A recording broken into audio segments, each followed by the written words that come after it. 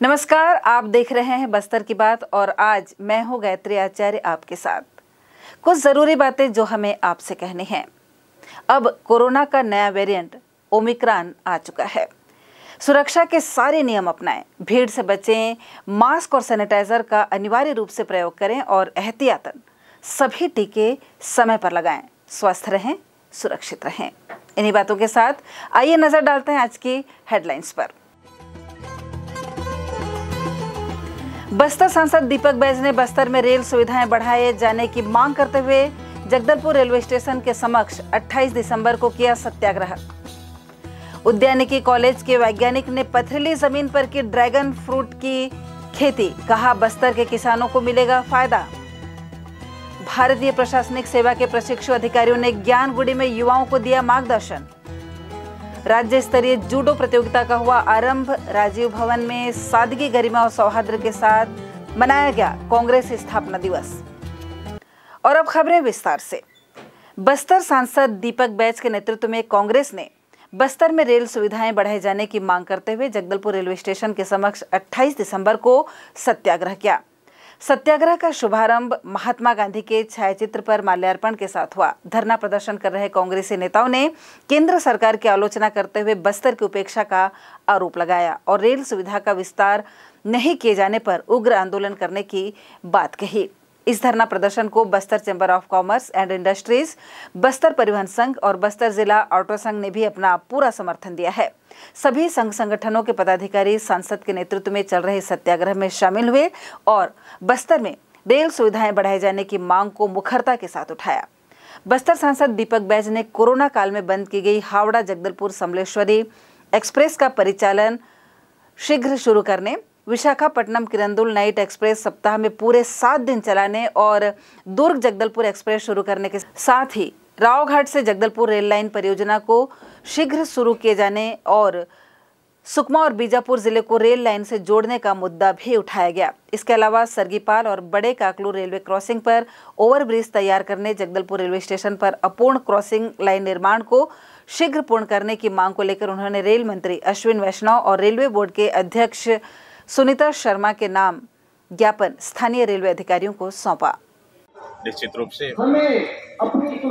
आज हम लोग बस्तर में रेल चाहिए जनता की सुविधा के लिए, इन मांगों को लेकर समलेश्वरी एक्सप्रेस जल्दी चलना चाहिए। किरंदुल से विशाखापट्टनम नाइट एक्सप्रेस सप्ताह में 2 दिन चल रही है, पूरे सप्ताह भर चलना चाहिए। दिल्ली राजहरा से जगदलपुर तक जो रेलवे लाइन काम चल रहा है, बहुत धीमे गति से चल रहा है, वो जल्दी पूर्ण होना चाहिए। इसके अलावा जगदलपुर टू दूर ये जो लगभग 2019 में बंद हुई थी, ट्रेनों को चालू करना चाहिए। बस्तर जिला शहर कांग्रेस कमेटी द्वारा 28 दिसंबर को स्थानीय राजीव भवन में सुबह 10 बजे कांग्रेस पार्टी के ध्वज का आरोहण कर कांग्रेस स्थापना दिवस मनाया गया। इस अवसर पर ध्वजारोहण के अलावा पार्टी के विभिन्न सदस्यों ने अपने विचार व्यक्त किए। कांग्रेस के स्थापना दिवस पर जिला मुख्यालय में जिला कांग्रेस अध्यक्ष राजीव शर्मा ने पार्टी के ध्वज का आरोहण किया और कांग्रेसियों को संदेश देते हुए 137वें स्थापना दिवस की बधाई दी। उन्होंने कहा कि इस पर प्रत्येक सदस्य को गर्व होना चाहिए कि कांग्रेस संगठन भारत का ही नहीं बल्कि पूरी दुनिया का सबसे बड़ा लोकतांत्रिक राजनीतिक संगठन है।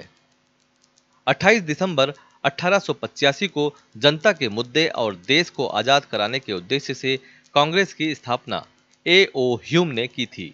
श्री शर्मा ने कहा कि आज ही के दिन कांग्रेस की बुनियाद रखी गई थी। कांग्रेस पार्टी की स्थापना भारतीय राष्ट्रीय कांग्रेस के लिए आज का दिन बेहद खास है, क्योंकि इसी दिन मुंबई के गोकुलदास तेजपाल संस्कृत कॉलेज में भारतीय राष्ट्रीय संघ के पहले सत्र के लिए जमा हुए थे, जिसे बदलकर भारतीय राष्ट्रीय कांग्रेस नाम दिया गया। शुरुआती दशकों में कांग्रेस की भूमिका सुधार प्रस्तावों तक सीमित रही। 20वीं सदी की शुरुआत में पार्टी के अंदर ब्रिटिश उपनिवेशवाद के खिलाफ और स्वदेशी के समर्थन में आवाज मुखर होने लगी।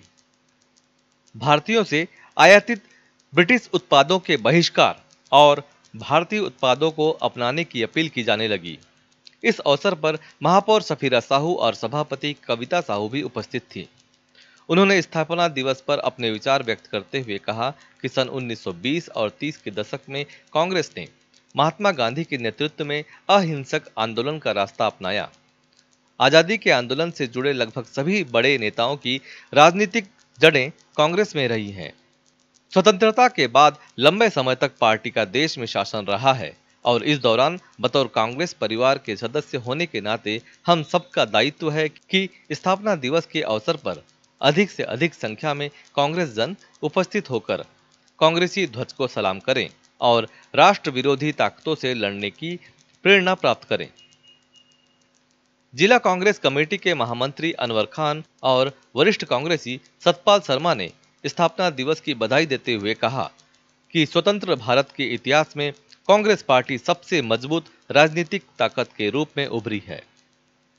पहले प्रधानमंत्री के तौर पर नेहरू जी ने धर्मनिरपेक्षता, आर्थिक समाजवाद और गुटनिरपेक्ष विदेश नीति को सरकार का मुख्य आधार बनाया, जो कांग्रेस पार्टी की पहचान बनी। कांग्रेस ने इस देश को जो दिया है उस इतिहास को कभी भुलाया नहीं जा सकता।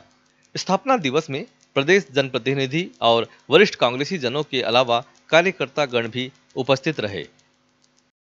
सुकमा जिले के सहदेव कुछ दिनों पहले सोशल मीडिया में स्टार बने हुए थे। आज एक सड़क हादसे में गंभीर रूप से घायल हो गए हैं। बॉलीवुड सिंगर बादशाह के साथ बचपन का प्यार गाने से सुर्खियों में आया सहदेव सड़क हादसे में गंभीर रूप से घायल हो गए हैं। सहदेव के सिर में गंभीर चोटें आई हैं। उनकी हालत काफी गंभीर बताई जा रही है।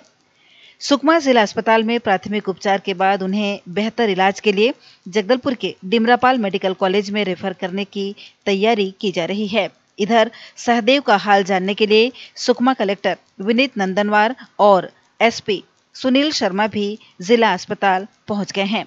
जानकारी के अनुसार सहदेव अपने परिचित के साथ बाइक पर सवार होकर सुकमा जिला मुख्यालय में कहीं जा रहे थे। इसी बीच जिले के शबरी नगर में बाइक अनियंत्रित होकर दुर्घटनाग्रस्त हो गई, जिससे सहदेव गंभीर रूप से घायल हो गए। मौके पर मौजूद लोगों ने फौरन सहदेव को जिला अस्पताल पहुंचाया। सहदेव के साथ जो उनके परिचित बाइक चला रहे थे, उन्हें मामूली चोट आई है। बस्तर की बात, जगदलपुर। किसानों को परंपरागत खेती से इतर आमदनी बढ़ाने के लिए उद्यानिकी कॉलेज के वैज्ञानिक लगातार किसानों को जानकारी दे रहे हैं। उन्हें नई फसलों की खेती करने के लिए जागरूक करने के साथ ही उनकी मदद भी कर रहे हैं। इसी क्रम में उद्यानिकी कॉलेज के वैज्ञानिक डॉक्टर के.पी. सिंह ने थाईलैंड में पैदा होने वाले ड्रैगन फ्रूट की खेती आरंभ की है।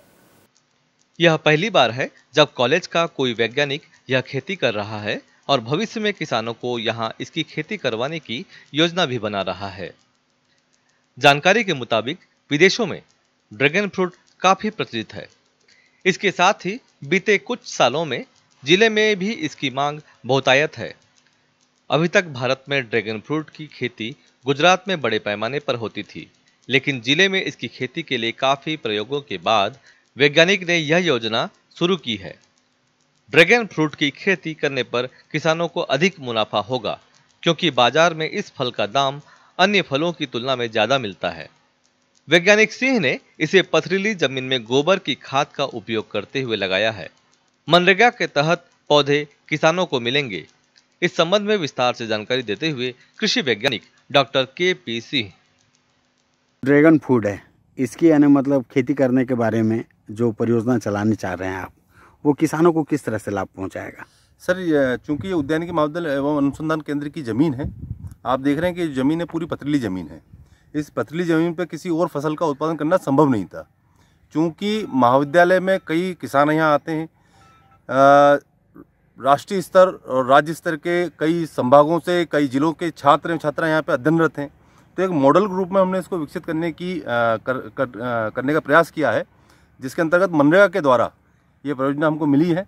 इस परियोजना के माध्यम से यहाँ पे ड्रैगन फ्रूट की खेती की जा रही है, जिससे किसान यहाँ पे आके खुद देख पाए कि ऐसी ज़मीन के अंदर भी खेती करना संभव है।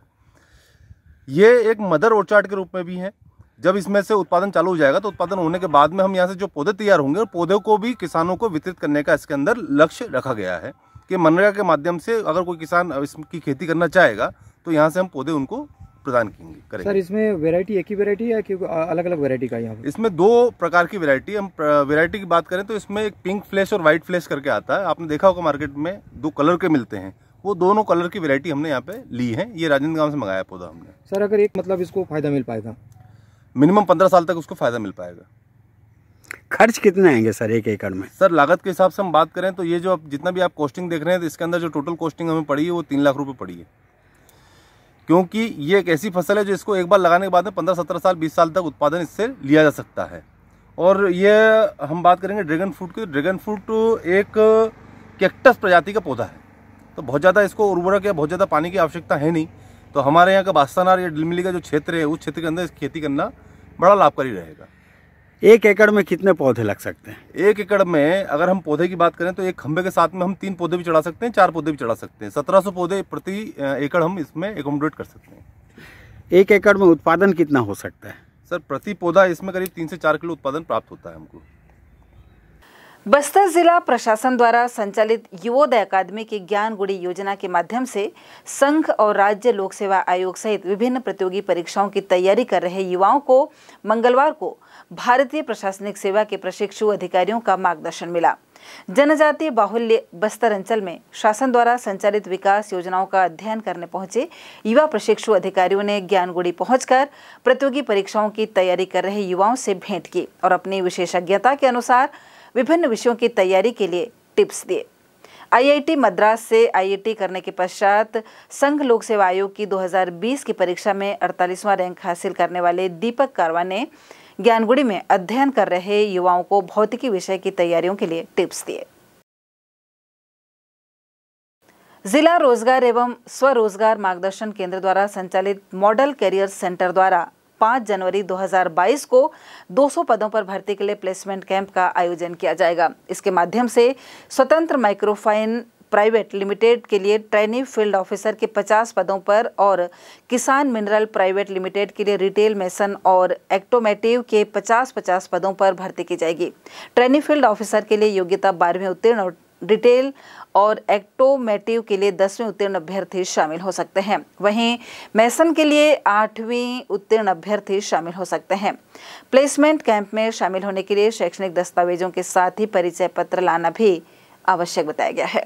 और अब वक्त हो चला है छोटे से ब्रेक का। ब्रेक के बाद मिलते हैं और खबरों के साथ।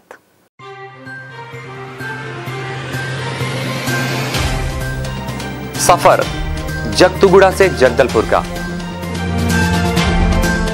नित नई करवट लेता शहर हमारा, चौक चौराहों से होता हुआ विकास की गाथाएं गढ़ता बस्तर हमारा। कई रंगों से सराबोर कितनी ही कहानियों को समेटे, कहीं विकास के सोपान तो कहीं सरकारी दावे और उनका सच।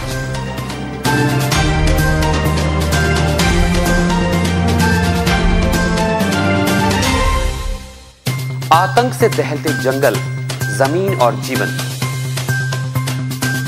साहस और धैर्य से करवट लेती जिंदगी, राजनीति की चौसर के जाने अनजाने दांव, व्यवस्था की खूबी, कमी और खामी, खूबसूरत नजारे। अब होगी हर बात हमारे साथ, बस्तर की बात।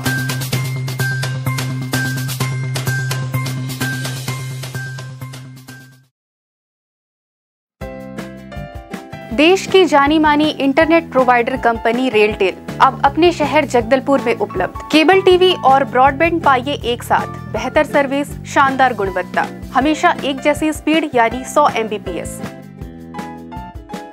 लॉन्चिंग अवसर पर पाइए विशेष छूट, राज्य के शासकीय कर्मचारियों हेतु 10% की छूट, साथ ही रेलवे कर्मचारियों के लिए विशेष छूट का प्रावधान।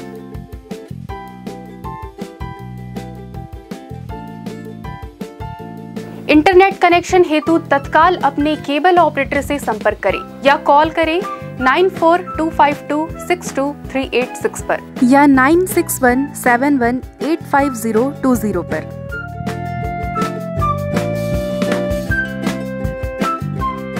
ब्रेक के बाद आपका स्वागत है। आइए बढ़ते हैं खबरों की ओर।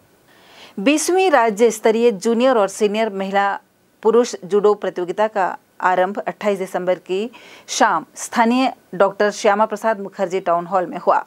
ये आयोजन छत्तीसगढ़ प्रदेश जूडो संघ के संयुक्त तत्वावधान में जिला जूडो संघ ऑफ बस्तर और बस्तर जिला ओलंपिक संघ द्वारा किया जा रहा है।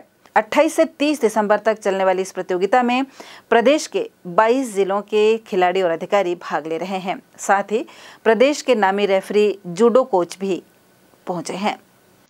कार्यक्रम का शुभारंभ अतिथियों के द्वारा बजरंगबली और जूडो के संस्थापक के छायाचित्र के समक्ष दीप प्रज्वलन और माल्यार्पण के साथ हुआ।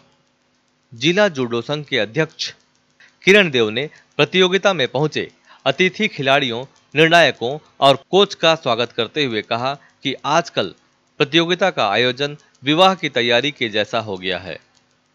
मुख्य अतिथि समाज कल्याण विभाग की संयुक्त संचालक वैशाली बरड़वाल ने कहा कि जूडो प्रतियोगिता अब बालिकाओं में भी काफी प्रचलित हो रही है। इसका लाभ उन्हें स्वयं रक्षा के लिए भी हो सकता है। उन्होंने आयोजकों को आयोजन के लिए बधाई दी। कार्यक्रम की अध्यक्षता कर रहे MIC सदस्य यशवर्धन राव ने कहा कि प्रतिवर्ष जूडो संघ के द्वारा यह आयोजन कराया जाता है। इस तरह के आयोजन से स्थानीय प्रतिभाओं को अपनी योग्यता प्रदर्शित करने का अवसर मिलता है। आयोजक सचिव अब्दुल मोइन ने बताया कि इस प्रतियोगिता में 250 खिलाड़ी व 30 अधिकारी भाग ले रहे हैं। इस प्रतियोगिता में प्रथम स्थान प्राप्त करने वाले जूडो खिलाड़ी आगामी होने वाली राष्ट्रीय जूडो प्रतियोगिता कर्नाटक में भाग लेंगे, जिसका आयोजन भारतीय जूडो महासंघ द्वारा होगा। शुभारंभ अवसर पर प्रथम दिन 3 कैटेगरी की प्रतियोगिता का आयोजन हुआ। बस्तर की बात, जगदलपुर। पूरे विश्व में ओमिक्रॉन कोरोना वायरस के लगातार बढ़ते हुए मामलों को देखते हुए बस्तर कलेक्टर रजत बंसल ने बस्तर जिले में भी 100% टीकाकरण का लक्ष्य हासिल करने के निर्देश दिए हैं। इसके लिए उन्होंने नए साल के आरंभ में ही 2 और 3 जनवरी को बस्तर जिले में मेगा टीकाकरण अभियान चलाने के आदेश दिए हैं।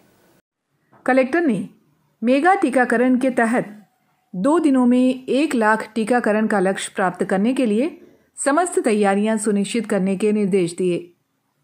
28 दिसंबर को कलेक्ट्रेट के प्रेरणा कक्ष में आयोजित समय सीमा बैठक में कलेक्टर ने टीकाकरण के इस अभियान की सफलता के लिए स्वास्थ्य विभाग के साथ ही महिला एवं बाल विकास विभाग, राजस्व विभाग, पंचायत और ग्रामीण विकास विभाग सहित अन्य विभागों को भी योगदान देने के निर्देश दिए। उन्होंने नगरीय क्षेत्रों में टीकाकरण की सफलता के लिए विशेष प्रयास किए जाने पर जोर दिया। उन्होंने कहा कि मेगा टीकाकरण अभियान की सफलता के लिए टीकाकरण से छूटे हुए लोगों की पहचान अभी से सुनिश्चित करते हुए उन्हें टीकाकरण केंद्र तक लाने के लिए विशेष प्रयास किए जाएं और आवश्यकता पड़ने पर घर घर जाकर टीकाकरण किया जाए। कलेक्टर ने टीका लगा चुके सभी हितग्राहियों का पंजीयन अनिवार्य तौर पर कोविन पोर्टल के माध्यम से करने के निर्देश दिए। उन्होंने तेजी से संक्रमण फैलाने वाले ओमिक्रॉन वेरिएंट को देखते हुए टेस्टिंग और ट्रैकिंग के कार्य में भी तेजी लाने के निर्देश दिए। बस्तर की बात, जगदलपुर। ओसवाल जैन श्वेतांबर समाज जगदलपुर में जैनिज्म ग्रुप द्वारा विगत 25 दिसंबर को आनंद मेला कार्यक्रम का आयोजन किया गया, जिसमें समाज के सभी वर्गों ने हिस्सा लिया। कार्यक्रम में मुख्य अतिथि के रूप में विधायक रेखचंद जैन द्वारा समाज के सभी सम्मानीय सदस्यों के साथ दीप प्रज्वलित कर कार्यक्रम की गरिमा बढ़ाई गई। इसके बाद फीता काटकर आनंद मेला कार्यक्रम की शुरुआत की गई। कार्यक्रम में विधायक रेखचंद द्वारा सभी स्टॉल का व्यक्तिगत संपर्क कर उनके लगाए गए चटपटे जायकेदार स्टॉल का स्वाद लिया और कार्यक्रम में गेम जोन में भी अपनी सहभागिता दर्ज कराई। जैनिज्म ग्रुप के पुरुष संगठन और महिला संगठन के सामूहिक प्रयास द्वारा आयोजित इस कार्यक्रम में समाज के सभी वर्गों और महिलाओं और पुरुषों ने बढ़ चढ़कर हिस्सा लिया। कार्यक्रम के दौरान छोटे बच्चों ने पेंटिंग, ड्राइंग, सिंगिंग और अन्य विषयों पर अपनी विशेष प्रस्तुति दी। जैन समाज में ऐसा पहली बार हुआ है कि किसी आनंद मेले में सांस्कृतिक और अन्य रचनात्मक विषयों पर समाज का ध्यान आकर्षित किया गया। इस कार्यक्रम में लगाए गए 25 स्टॉल में 3 बेस्ट सेलिंग स्टॉल के रूप में प्रथम आयुष श्रीमाल, द्वितीय प्रीति रानी श्रीमाल और तृतीय स्थान पर सीमाधर महिला मंडल रहा। साथ ही कार्यक्रम में विशेष आकर्षण के रूप में बम्पर लकी ड्रॉ का पुरस्कार ललित ताटिया को प्राप्त हुआ, जिन्हें 20 ग्राम चांदी का सिक्का प्रदान किया गया। चलते चलते आइए फिर से नजर डालते हैं आज की हेडलाइंस पर। बस्तर सांसद दीपक बैज ने बस्तर में रेल सुविधाएं बढ़ाए जाने की मांग करते हुए जगदलपुर रेलवे स्टेशन के समक्ष 28 दिसंबर को किया सत्याग्रह। उद्यानिकी कॉलेज के वैज्ञानिक ने पथरीली जमीन पर की ड्रैगन फ्रूट की खेती, कहा बस्तर के किसानों को मिलेगा फायदा। भारतीय प्रशासनिक सेवा के प्रशिक्षु अधिकारियों ने ज्ञानगुड़ी में युवाओं को दिया मार्गदर्शन। राज्य स्तरीय जूडो प्रतियोगिता का हुआ आरंभ। राजीव भवन में सादगी, गरिमा और सौहार्द के साथ मनाया गया कांग्रेस स्थापना दिवस। बस्तर की बात में आज बस इतना ही। कल फिर आपसे मुलाकात होगी, तब तक के लिए हमें दीजिए इजाजत। नमस्कार।